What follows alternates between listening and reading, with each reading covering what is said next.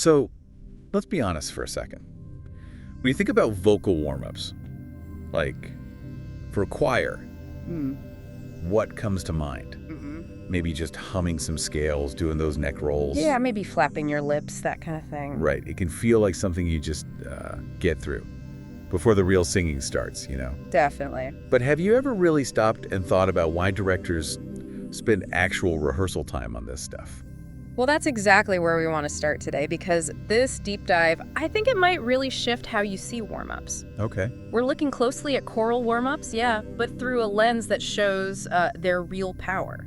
And this lens, it comes from an article we've been digging into. It's called The Anatomy of a Great Choral Warm-Up by Tori Cook from January 2019. Right, and our mission here is to really unpack what makes a warm-up great, according to her. It's so much more than just like physically getting the voice ready. Okay, let's get into that, because this is where it gets genuinely interesting, I think.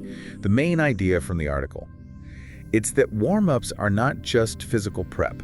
They're actually a key moment, a real opportunity to teach singers vocal technique, like fundamental stuff. Exactly. The warm-up is the technique lesson. It's built right into the rehearsal. Wow, okay. Yeah, the author argues for just spending a pretty decent chunk of time, maybe 15, 20 minutes just on warm-ups. Really? That much time? Yes, precisely because it's the best time to tackle those technical issues. Yeah. To build that solid foundation you need for, well, everything else you sing. So, okay, how do you actually structure a warm-up to do that? How do you make humming scales into real technical work? Well, the article gives a great framework for this. It breaks a good warm-up down into these essential categories, and the suggestion is try to hit at least one exercise from each category every time. Like building blocks? Sort of, yeah. Like building the singer's instrument layer by layer. Okay, that makes sense. So the first layer she talks about is physical and posture. Right. Because you can't forget, singing is physical. It's an athletic activity, really. True. Your voice won't work its best if your body isn't, properly engaged and aligned. So the goal here is pretty straightforward.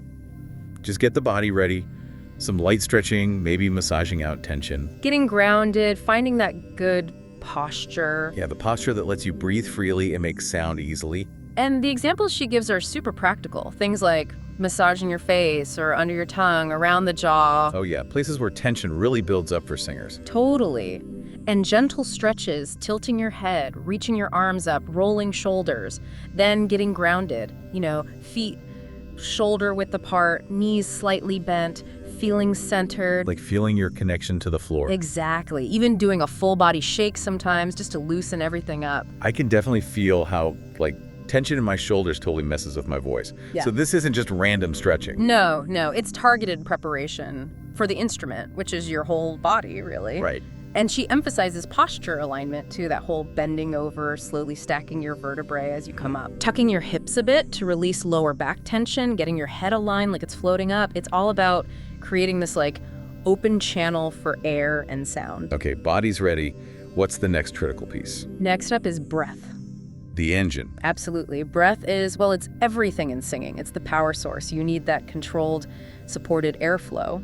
So warm-up time for breath is about really honing those mechanics. Yeah. She mentions things like panting or drop breaths. Yeah, the drop breath is interesting. You exhale completely, relax your throat and your lower stomach area, and just let the air fall back in naturally.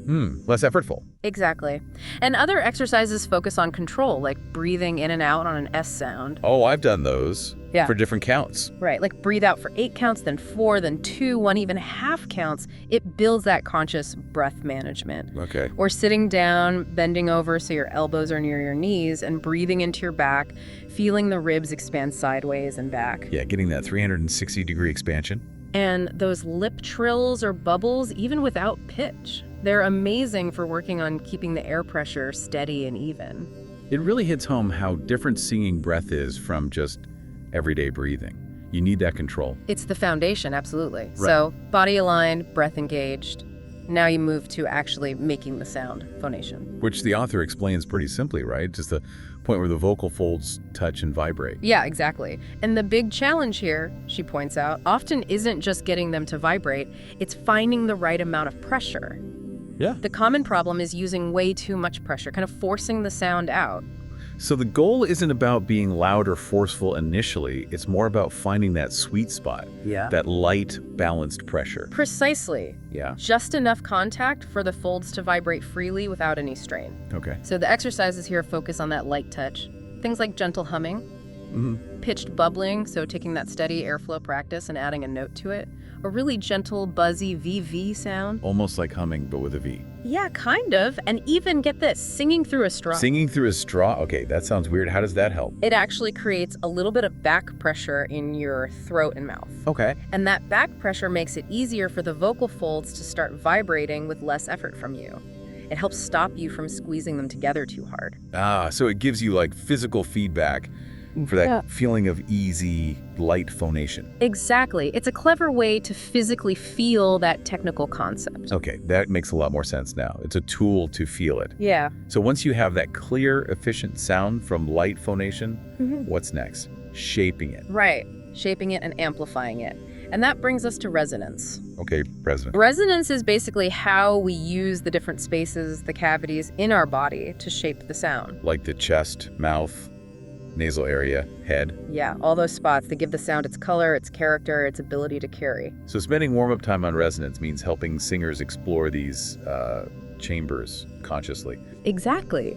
Gaining control over where you place the sound, which helps with singing across your range, different dynamics, different expressive colors. It gives you options. So what kind of exercises help with that? Well, she gives examples for targeting different areas, like humming low on an M sound helps you feel that buzz in your chest resonance. Okay. Singing on sounds like N, or a bright E vowel brings the nasal cavity into play. Right, feeling that buzz higher up. Yeah. And exercises like saying new but with a little ya glide, like new, or buzzing on a z sound, those help you find a good mix, a balance between nasal and mouth resonance, so it's not too pinched or, overly nasal. And you could even work on softening that nasal quality while still using the space, right? Like yawning or doing an inhaled K sound to lift the soft palate. Exactly, stretching that soft palate. And sighing on a yawn is a classic way to find that upper head resonance space, just letting the sound float up there. It's kind of amazing how just shifting where you focus the sound inside your head or chest can change the tone so much. It gives you a huge amount of control over your vocal sound, your timbre, a whole palette to work with. So building on that control, the next piece is articulation. Right. This focuses on the parts we use to make words clear. Your tongue, teeth, lips, jaw, even the soft palate again. The articulators. The why here seems pretty obvious. You need clear articulation to sing words people understand. Definitely. But the author also points out it's about the placement of consonants and vowels too, which affects the actual vocal tone. And she notes that some earlier exercises, like the bubbling and humming, actually help loosen the jaw and tongue already. Ah, so it connects. Yeah, specific articulation exercises she mentions. Well, some are familiar. Tongue twisters, obviously. Like mommy made me mash my M&Ms. Those kinds of things, yeah. But the goal in warm-up isn't just speed, it's clarity while maintaining good vocal production, good airflow, good tone. Okay. There are also kinesthetic vowel exercises using specific hand gestures or body movements for each vowel sound to help a whole group make the same sound shape. Unifying the vowels. Got it. What else? Vocal kazoos just buzzing up and down the scale. That helps keep the sound forward and the articulators engaged but relaxed. Singing scales just on numbers 1, 2, 3, 4, 5, or buzzing through voiced consonants like B, C, C, and N. Those help with precision and coordinating articulation with airflow. It really highlights how those tiny movements of the tongue and lips impact not just understanding the words, but the actual quality of the sound, doesn't it? Absolutely. It's not just spitting out words, it's weaving clear articulation smoothly into the sung line. Okay, that's 5 key areas. Now, the article also mentions register work, but maybe not as its own separate category. Right. It's presented more as something you weave into the other exercises. Okay. The goal isn't just, hitting high notes or low notes in isolation. It's about learning to move smoothly between the different areas of your registers. Chest voice, head voice, and the mix. And keeping a consistent, connected sound quality as you move. So the exercises are focused on those transitions and flexibility, like sighs or sirens. Perfect examples. They let the voice just glide through the range without obvious breaks or shifts. Arpeggios, scales that go up and down, vocal runs or melismas, They all build that agility across the registers. Right, moving quickly and smoothly. And things like the kazoo again, or doing octave slides on a single vowel, sliding up and down an octave, while really focusing on keeping the air pressure steady and the vowel shape the same. So you train yourself not to change the vowel or the pressure when you cross that register bridge. Exactly. It teaches you how to let the voice shift gears internally without a noticeable jolt or change in sound quality.